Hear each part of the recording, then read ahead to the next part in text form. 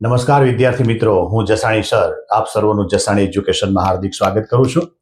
આજે આપણે ધોરણ 12 સાયન્સ ફિઝિક્સ ચેપ્ટર ફર્સ્ટ વિદ્યુત ભાર અને વિદ્યુત ક્ષેત્ર, જેનો છેલ્લો ટોપિક એટલે ગોસનો નિયમ અને એના ઉપયોગો, એમાં છેલ્લો જે ઉપયોગ છે એ આજે આપણે લેક્ચરમાં લેવાનો છે.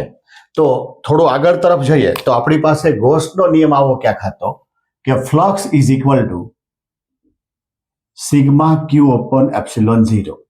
આ ફ્લક્સનો નિયમ હતો. આના પરથી આવું પણ સૂત્ર બનાવ્યું હતું કે E D A is equal to sigma Q upon epsilon 0. આ ગોસના નિયમ પરથી 3 એપ્લિકેશન આપણે જોઈ લીધી. એમાં પહેલી જે એપ્લિકેશન હતી એ એપ્લિકેશન હતી અનંત લંબાઈનો સળિયો, બીજી એપ્લિકેશન હતી સમતલ, અને ત્રીજી જે એપ્લિકેશન હતી એ કવચ. કવચ એટલે પોલો ગોળો, એના વડે મળતું વિદ્યુત ક્ષેત્ર. આજે જે આપણે જોવાનું છે એ આવું છે કે ભાઈ નિયમિત કદ ઘનતા વાળો નક્કર ગોળો. આગળ ત્રીજી એપ્લિકેશનમાં પોલો ગોળો હતો, અહીંયા છે નક્કર ગોળો. જોઈ લઈએ એમાં કેવી રીતે શું શક્ય છે. તો કે કેપિટલ આર ત્રિજ્યાનો નક્કર ગોળો આપણે વિચારીએ. કેપિટલ આર ત્રિજ્યાનો આપણે નક્કર ગોળો વિચારીએ, બરાબર છે. આ ગોળાનું કેન્દ્ર, આ એની ત્રિજ્યા આર. આ નક્કર છે એનો મતલબ એ થયો કે આની અંદર વિદ્યુત ભાર સંપૂર્ણ અંદર ભરાયેલા છે. આ બધા વિદ્યુત ભાર છે. આ વિદ્યુત ભાર તમારે આકૃતિમાં પણ આ જ રીતે બતાવવા પડે. જો આ ન બતાવો તો એનો મતલબ એ થયો કે આ કવચ થઈ ગયું, કે આ પોલો ગોળો થઈ ગયો. આ રીતે ફરજિયાત બતાવવા પડે. હવે આપણે આકૃતિમાં જે લીધું છે એ આપણે લખીએ. શું લીધું કે આર ત્રિજ્યા વાળો, કેપિટલ આર ત્રિજ્યા વાળો નક્કર ગોળો તેમનામાં ક્યુ જેટલો વિદ્યુત ભાર છે અને તેની કદ ઘનતા રો છે. હવે અહીંયા રો શબ્દ વાપર્યો એટલે આપણે આગળ જોઈ લીધું વિતરણની અંદર કે rho is equal to q upon V. તો અહીંયા આવું થઈ શકે કે ક્યુ બરાબર વી ગુણ્યા રો. તો વી એટલે ગોળાનું કદ થાય 4/3 પાઈ આર ક્યુ રો. આ આપણને સૂત્ર ક્યાંક કામ લાગશે, બરાબર. અત્યારે જે ગોળો છે એના વિદ્યુત ભાર ક્યુ છે ને ક્યુ નું સૂત્ર આપણે જોયું. હવે આપણે જુદી જુદી કન્ડિશન જોઈએ. પહેલી જે કન્ડિશન છે એ મારે ગાઉસિયન પૃષ્ઠ જે ધારું, એ ગાઉસિયન પૃષ્ઠમાં પહેલું જે લખું એ આમ હશે કે R less than capital R, બરાબર. એનો મતલબ એ થયો કે ગોળાની અંદર અહીંયા મારે ધારવાનું છે તો કે આ આર છે. આવું ગાઉસિયન પૃષ્ઠ ધારું છું. એટલે અહીંયા લખું હું કે સ્મોલ આર ત્રિજ્યા વાળું ગાઉસિયન પૃષ્ઠ ધારતા. હવે ગાઉસિયન પૃષ્ઠ ધારું તો એનો મતલબ એ થયો કે મારે જે વિદ્યુત ભાર છે એ વિદ્યુત ભાર શોધવા માટે મારે ખાલી એટલો જ ભાગ ધ્યાનમાં લેવો પડે. તો અહીંયા આ રો બરાબર ક્યુ ડેશ અપોન વી, જ્યાં વી બરાબર 4/3 પાઈ આર ક્યુ. તો ક્યુ ડેશ બરાબર શું આવશે? વી ગુણ્યા રો. માટે વી એટલે 4/3 પાઈ આર ક્યુ ગુણ્યા રો. ગુણ્યા રો આ ક્યુ ડેશ થયો. હવે જો રોની કિંમત મૂકવી હોય તો રોની કિંમત મૂકી શકાય. રોની કિંમત શું હતી? જ્યાં રો બરાબર ક્યુ અપોન વી. તો આમ લખી શકો 4/3 પાઈ આર ક્યુ ગુણ્યા આ ક્યુ 4/3 પાઈ આર કેપિટલ ક્યુ. બરાબર, રોની કિંમત એ થઈ. આ બે ઉડી જાય તો આપણી પાસે વિદ્યુત ભાર મળ્યો આપણને ક્યુ ડેશ બરાબર આ ક્યુ ગુણ્યા આર ક્યુ ના છેદમાં કેપિટલ આર ક્યુ ના છેદમાં કેપિટલ આર ક્યુ. આ આપણને શું મળ્યો? ઘેરાયેલો વિદ્યુત ભાર. આ આપણને શું મળ્યો? ઘેરાયેલો વિદ્યુત ભાર. અહીંયા જોવો છે. હવે આપણે જોવાનું છે ગાઉસનો નિયમ મૂકતા, ગાઉસના નિયમનો ઉપયોગ કરતા. એટલે અહીં લખું કે ગૌસના નિયમ પરથી flux is equal to q upon epsilon 0 કહેતા સંકલન ઈ ડોટ ડીએ, જેથી સંકલન ઈ ડીએ કોસ 0 બરાબર ક્યુ અપોન એપ્સિલોન 0. અહીંયા મારે ક્યુ ડેશ લેવું પડશે કારણ કે સ્મોલ આર ધાર્યું.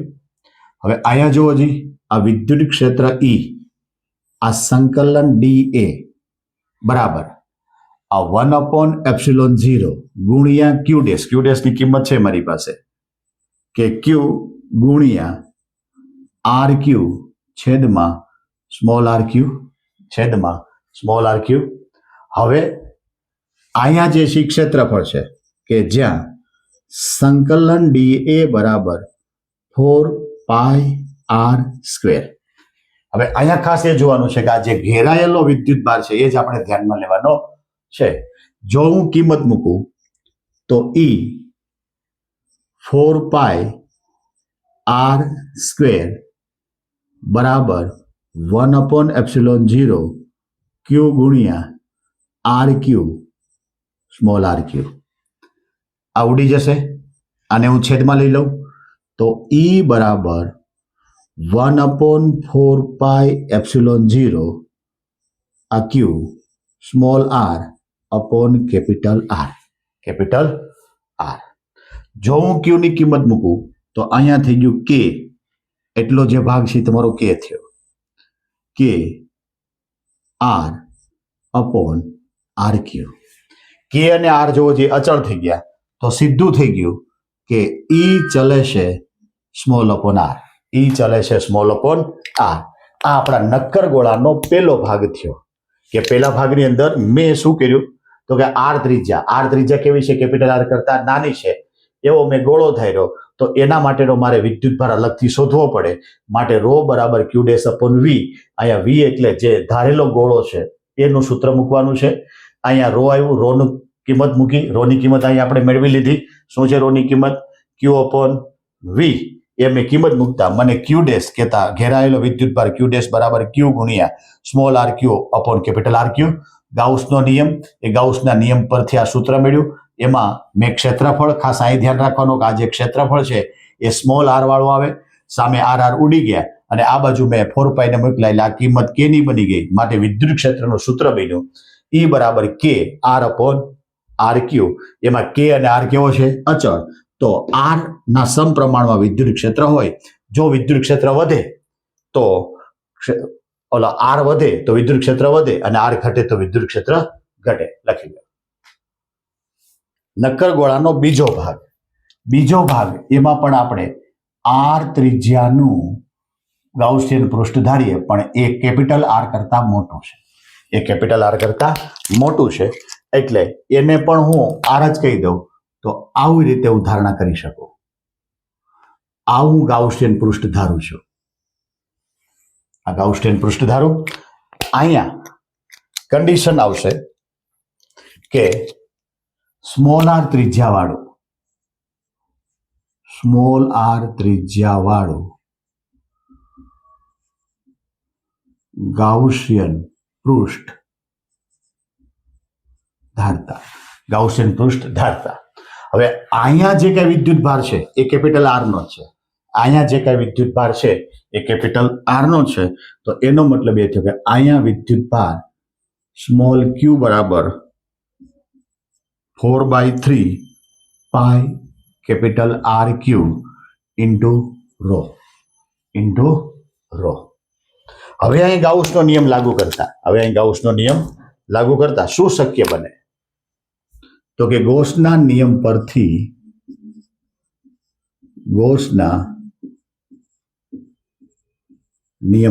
ગૌસનો નિયમ આવો તો flux is equal to sigma Q upon epsilon 0. માટે ફ્લક્સ આ ઈ ડોટ ડીએ અહીંયા થશે ક્યુ અપોન એપ્સિલોન 0. જેથી અહીંયા આમ લખી શકું કે ઈ ડીએ કોસ થીટા બરાબર ક્યુ અપોન એપ્સિલોન 0. હવે કોસ થીટા એટલે કોસ 0 એટલે 1, એટલે આવું લખી શકાય કે સીધી કિંમત જો આપણે મૂકી દઈએ તો આમ લખીએ, આ સંકલન ઈડીએ બરાબર ક્યુ એટલે 4/3 pi r q into rho upon epsilon 0. અહીંયા જો જી આ ઈ બહાર નીકળી જાય તો ગુણ્યા સંકલન d A 4/3 pi r q rho upon epsilon 0. આ જે ભાગ છે એ જે ત્રિજ્યા ધારી છે એ લેવું પડે. તો અહીં લખવું પડે કે જ્યાં સંકલન ડીએ બરાબર 4πr ક્યુ, જેના કારણે આપણને કિંમત મળે કે આ ઈ 4π સ્મોલ આર ક્યુ બરાબર 4/3 capital R q rho upon epsilon 0. આ 4 ઉડી ગયા, પાઈ ઉડી ગયા. શું વધ્યું આપણી પાસે? તો કે આપણી પાસે વધ્યું આ ઈ બરાબર આ રો 3 એપ્સિલોન 0 ગુણ્યા આર ક્યુ સ્મોલ આર અહીંયા સ્ક્વેર આવશે, અહીંયા પણ સ્ક્વેર આવશે, અહીંયા પણ સ્ક્વેર આવશે. હવે જો જી ઈ ચલે છે 1/r². શું કામ? એટલો ભાગ છે એ અચળ થયો છે. ક્લિયર? જોઈએ કેવી રીતે આપણે સમજ્યા. તો કે આપણે જે ગાઉસિયન પૃષ્ઠ ધાર્યું એ સ્મોલ આર, પણ કન્ડિશન શું છે? એ કેપિટલ આર કરતા વધારે છે. એનો વિદ્યુત ભાર મારે ક્યુ, ઘેરાયેલો વિદ્યુત ભાર એટલે કેપિટલ આર ત્રિજ્યાવાળાનો જ વિદ્યુત ભાર છે. ગૌસનો નિયમ મૂક્યો.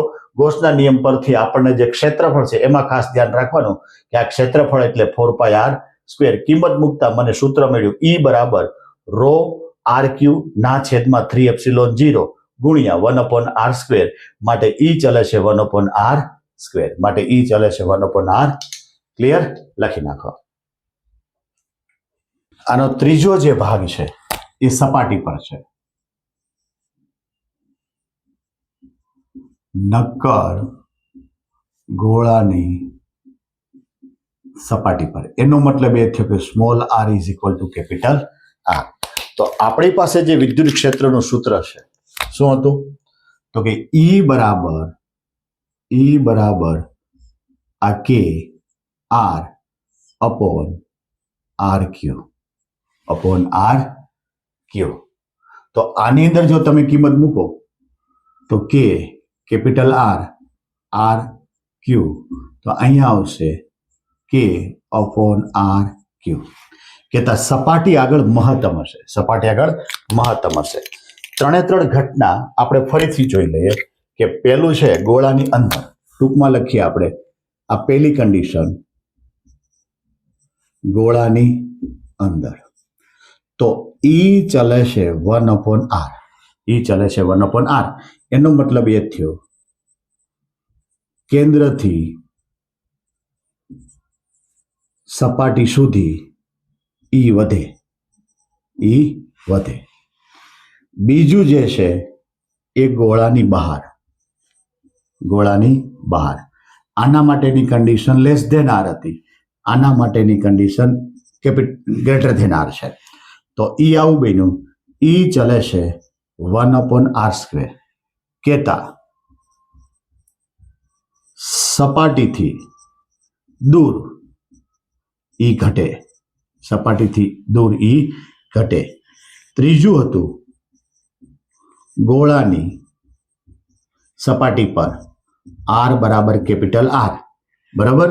તો ઈ જે છે એ તમને વિદ્યુત ક્ષેત્ર હંમેશા મહત્તમ મળે.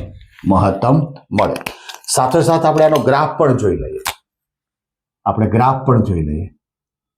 અહીંયા વિદ્યુત ક્ષેત્ર ઈ બતાવવાનું, અહીંયા આર બતાવવાનું. પહેલી જે કન્ડિશન છે એ ગોળાની અંદર આવું બતાવ્યું આપણે. અહીંયા 0 ગોળાની અંદર. અહીંયા જે છે એ થયું આપણું ઈ ચલે છે આર. જેમ જેમ આર વધે એમ વિદ્યુત ક્ષેત્ર વધે. અહીંયા તમારી સપાટી થઈ. તો એનો મતલબ એ થયો કે અહીંયા ઈ બરાબર મહત્તમ. અને બહારનો જે ભાગ છે એમાં ક્રમશઃ ઘટે. એનો મતલબ એ થયો ઈ ચલે છે 1/r². એટલે પહેલો જે મેં ભાગ બતાવું એ શું બતાવું તો કે આ જે ભાગ છે એ અંદર, આ જે ભાગ છે એ બહારનો ભાગ છે. ક્લિયર? લખી નાખો.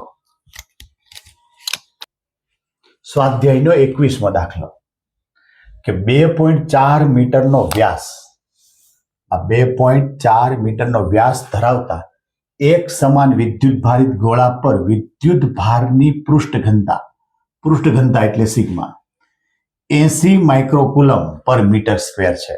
જોઈએ, આપણી પાસે આવું લખીએ કે વ્યાસ ડી બરાબર 2.4 મીટર. તો એનો આર કેટલો થાય તો કે d/2. 2.4 ભાગ્યા 2 માટે 1.2 મીટર. આ આપણને આર મળી ગયો. બીજું છે ગોળાની પૃષ્ઠ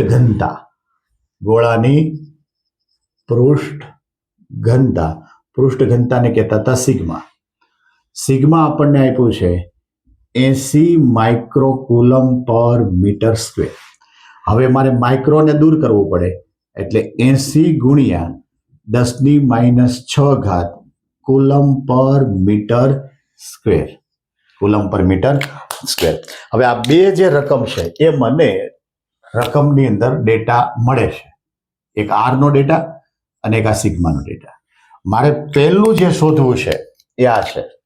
પહેલું જે મારે શોધવું છે કે ગોળા પરનો વિદ્યુત ભાર. પહેલું આપણે શોધવું છે ગોળા પરનો વિદ્યુત ભાર ક્યુ. તો કે મારી પાસે સિગ્માનું સૂત્ર હતું સિગ્મા બરાબર Q/A. તો ક્યુ બરાબર સિગ્મા ગુણ્યા એ.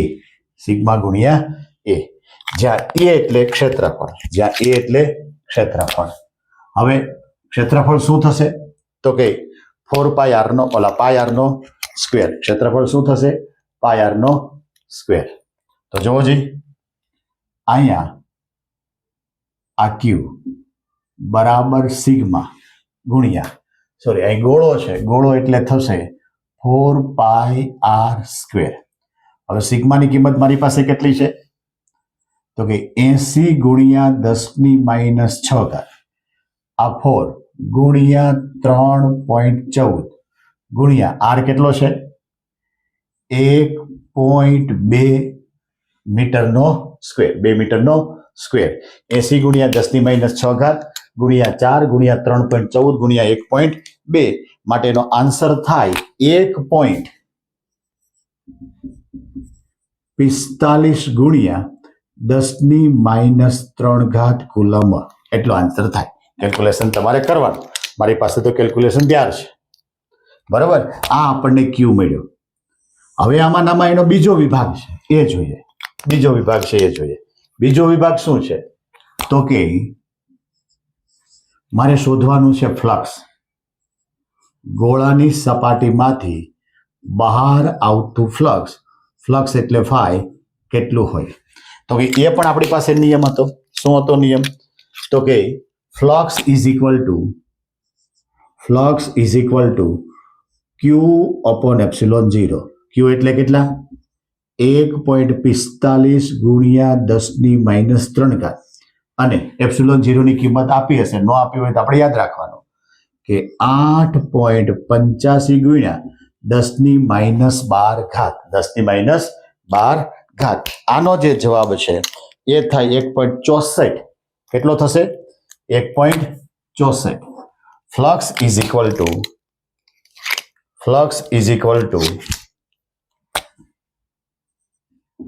1.64 ગુણ્યા 10⁸. એકમ શું થશે? ફ્લક્સનો એકમ શું થશે? જોવો જી, ક્યુ અપોન એપ્સિલોન 0. ક્યુ અપોન એપ્સિલોન 0. તો આ ક્યુ એટલે કુલમ થાય. એપ્સિલોન 0 એટલે આ Q square newton metre square. તો એકમ શું થશે? 1.64 ગુણ્યા 10⁸ ન્યૂટન મીટર સ્ક્વેર પર કુલમ. ક્લિયર? આપણને બે આન્સર મળ્યા. એક ગોળાનો વિદ્યુત ભાર અને બીજું કુલ ફ્લક્સ. સરસ, લખી નાખો.